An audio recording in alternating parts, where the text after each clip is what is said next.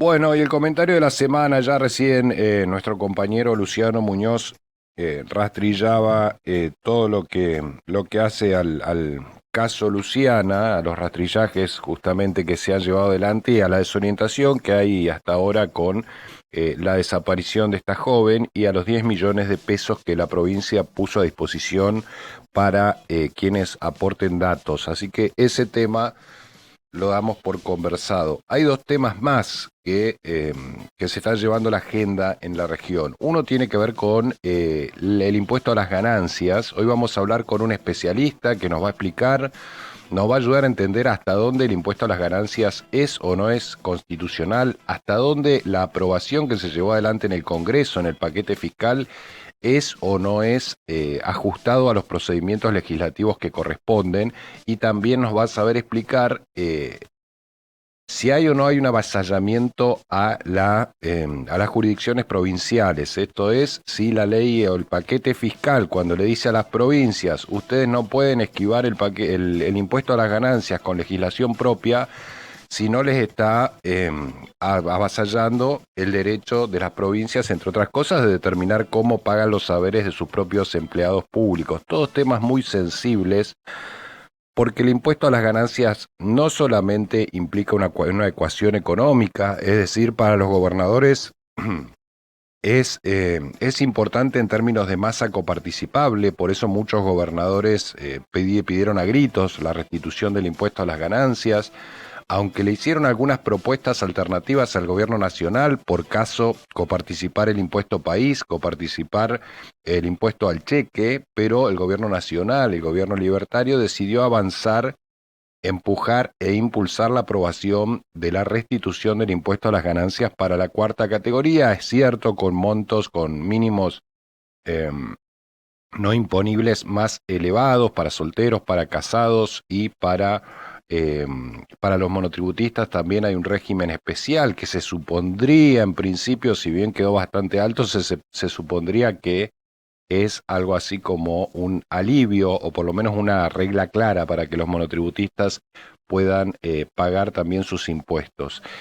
Pero más allá de lo económico, más allá de la masa coparticipable que significa para los gobernadores que recuperarían algo así como el 20% de la coparticipación, tiene un tinte político que deja en franca contradicción al gobierno de Javier Milei. Javier Milei votó a favor de la eliminación del impuesto a las ganancias durante el año 2023 cuando era diputado nacional. Muchos gobernadores que ahora pidieron la restitución del impuesto o que por lo menos se hicieron los osos cuando esta restitución apareció el año pasado eran los que pedían la eliminación en el marco de la campaña electoral. Por supuesto, un impuesto absolutamente impopular.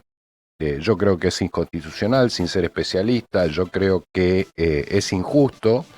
eh, y más allá de la ecuación económica, creo que es un impuesto que no tiene nada que ver con el desarrollo, con el progreso. Más aún si cuando se empieza a cobrar nuevamente ese impuesto se le desajusta la cincha, como se hizo a los que pagan impuestos a los bienes personales, es decir, menor carga impositiva para los que más tienen, más carga impositiva para los que menos tienen. Bueno, esa es la definición que ha dado con este paquete fiscal el gobierno de Javier Milei, y es tal vez, más allá de otras contradicciones que por supuesto el libertario ha dejado andar en la escena pública en sus propias decisiones, es tal vez la contradicción más fuerte, porque no solo es coyuntural, contrasta contra todo un discurso de los libertarios que quieren un Estado absolutamente pequeño. El presidente dijo: yo soy un topo que viene a destrozar el Estado desde adentro, porque es una forma que tiene la casta a través de los impuestos de coaccionar y de robarle la propiedad privada a los ciudadanos. Bueno, todo eso está, por supuesto, como una de las máximas del pensamiento del presidente Milei. Cuando el presidente Milei llega y restituye un impuesto, que además es el impuesto más polémico de entre las cargas impositivas que pagamos los argentinos, está entrando en una contradicción que por supuesto le va a implicar un costo político evidente, es decir, la palabra del presidente Milei por primera vez. Repito, hay otras contradicciones, pero que no son tan visibles a lo público y que no duelen tanto al bolsillo de la clase media. Eh, en ese sentido, por primera vez el presidente expone una contradicción inexplicable. Es decir, uno le pone el micrófono hoy a los libertarios y es muy difícil que puedan explicar la restitución de un impuesto y sobre todo de un impuesto como el de ganancias. Bueno, en el mientras tanto se van posicionando los distintos actores. Por supuesto, los sindicatos están en pie de guerra. En el caso de la provincia, ATE presentó una medida cautelar que fue aprobada por la justicia. Hay que ver cuál es el devenir jurídico de esa medida.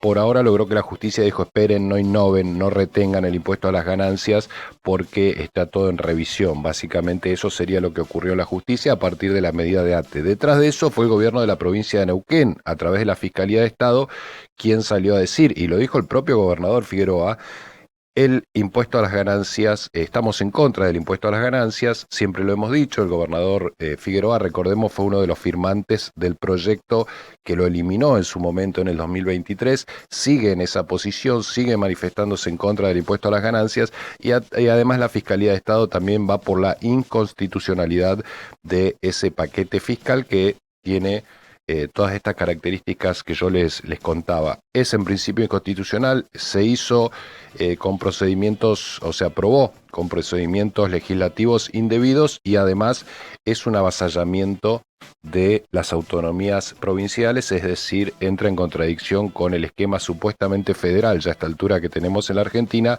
porque si bien nuestra Constitución habla de federalismo, el federalismo en la Argentina siempre ha tenido más que ver con un tire y afloje de negociaciones políticas entre el gobierno central y las provincias, así como entre los gobiernos provinciales y los municipios.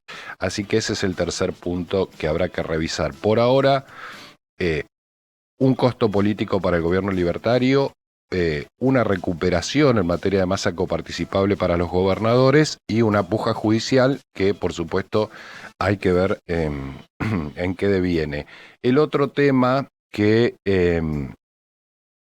teníamos en agenda es el de la educación. Bueno, uno ya no sabe qué decir sobre el tema educativo. Los chicos siguen perdiendo días de clase. Los chicos hace años en la provincia de Neuquén que pierden muchos días de clase por la torpeza política y por las negociaciones entre gobiernos y sindicatos. Durante muchos años, la famosa paz social, que no significaba otra cosa que neuquinos, les voy a sacar más plata para darle a los trabajadores sindicalizados para que ellos no paren tanto, no me hagan tantas movilizaciones. Entonces había como una concesión permanente del gobierno a los sindicatos que nos costaba a todos cada vez más plata, cada vez más derechos para esos sectores y que le llamaron paz social. Claro, bueno, si uno reparte y reparte, cede y cede, la paz social llega. El tema es a qué precio, a qué costo. Bueno, en el gobierno de Figueroa han tomado una decisión los neuquinizantes diferente. Han dicho: nosotros vamos a ir por un cambio en el sistema educativo de la provincia, arriesgándonos a pagar el costo político de lo que eso significa y también enfrentando las resistencias que van a aparecer. ¿Cuál es el cálculo que hacen los operadores del gobierno? Bueno, los gremios van a resistir los cambios en el sistema. ¿Por qué? Porque en este esquema de cosas donde la información no es clara, donde la presión del Estado para hacer cumplir, por ejemplo, las asistencias no es mucha, donde el control sobre el ausentismo no es demasiado, en este contexto los gremios siguen teniendo el toro por las astas en materia de convocatoria, en materia de reclutamiento y de activismo político, es decir, pueden parar, pueden presionar a quienes no quieren parar para que justamente adhieran a las distintas medidas de fuerza. Y el gobierno que dice: si yo les transparento el sistema, si yo construyo un sistema informático en el cual tenga las ausencias de los docentes, de los directores, las circunstancias de cada uno de los alumnos, y además ese sistema a través de las nuevas tecnologías me permite estar siempre en tiempo real monitoreando cuál es la situación del sistema de salud, de educación, perdón. Sí, además controlo y tengo un registro de los médicos que emiten certificados, que por demás han aparecido nuevos médicos con más certificados truchos. Es decir, si yo tiro un manto de transparencia sobre el sistema público de educación, no solamente voy a mejorar el sistema, sino que además se van a debilitar las capacidades que tiene el sindicato de manipular la voluntad de la comunidad educativa a la hora de convocar a paros y medidas de fuerza. Esta es la lectura que se hace desde el gobierno neuquinizante. Allí aparece este sistema del que les estoy hablando, que es un sistema para tener información al instante de todo lo que ocurre en el sistema educativo. Y el otro es lo que ya se aprobó en la legislatura, que es este plus para aquellos que no falten, que no hay que confundir con el presentismo, que es un tema que trajo muchas discusiones en otra época en la provincia. Este plus sería para aquellos que faltan menos de 3 meses, menos de 3 meses en un trimestre y cobrarían terminado el año, si uno suma todas las adiciones trimestrales que se le irían haciendo a sus salarios, terminarían con un salario más prácticamente a fin de año. Es decir, cobrarían sus 12 sueldos más el aguinaldo más un sueldo más por no haber faltado esa cantidad de veces. Bueno, este es otro de los mecanismos con los cuales el gobierno dice, bueno, separemos la paja del trigo. Separemos la paja del trigo y premiemos a aquellos que tienen una asistencia más o menos perfecta o por lo menos racional a trabajar en el sistema público de educación. Bueno, el gremio se niega a aceptar esto. El gremio dice que es una estigmatización, que no contempla la situación de muchos docentes, que no es que faltan porque quieren, sino porque no pueden. Y con todas esas observaciones, el gremio se niega al cumplimiento de esta ley. ¿Qué dijo ayer el gobierno? Bueno, vamos a hacer una cosa. Los que no estén de acuerdo renuncien. Vayan, métanse en la página web destinada justamente para ello, entre otras cosas, y renuncien. El que no está de acuerdo con cobrar un plus por sobre el salario, por la baja cantidad de faltas que tengan, vayan y renuncien. Bueno, esto por supuesto abre un capítulo porque aquí lo que se empieza a ver o lo que se va a empezar a ver es quiénes van voluntariamente a renunciar y quiénes no van voluntariamente a renunciar a este plus. Lo que intenta el oficialismo evidentemente es separar la paja del trigo, es decir, bueno, aquellos que realmente se tomen la educación en serio en la comunidad educativa, aquellos que no falten, aquellos eh, que no hagan certificados truchos, aquellos que no hagan abuso de las licencias, bueno, ese cuerpo docente no tiene por qué reportarle a los sindicatos, tiene que tener las condiciones laborales que corresponden y como corresponden. Y aquellos que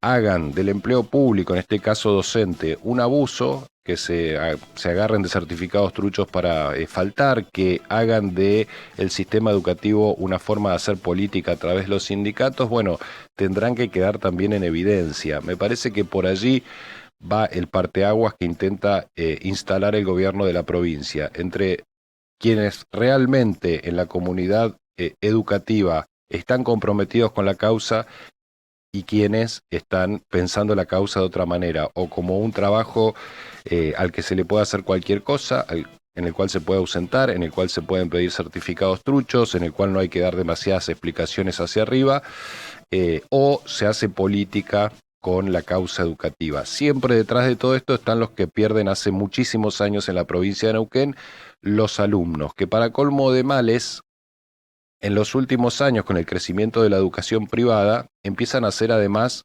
los chicos y las chicas con menos recursos en la provincia, porque aquellos que pueden pagar una educación privada lo hacen. Es decir, hoy ya en algún momento hasta se experimentaba cierta culpa. Algunos decían, no, yo no voy a mandar a mis hijos a la educación privada porque respaldo la educación pública. Bueno, ese reparo ya no existe.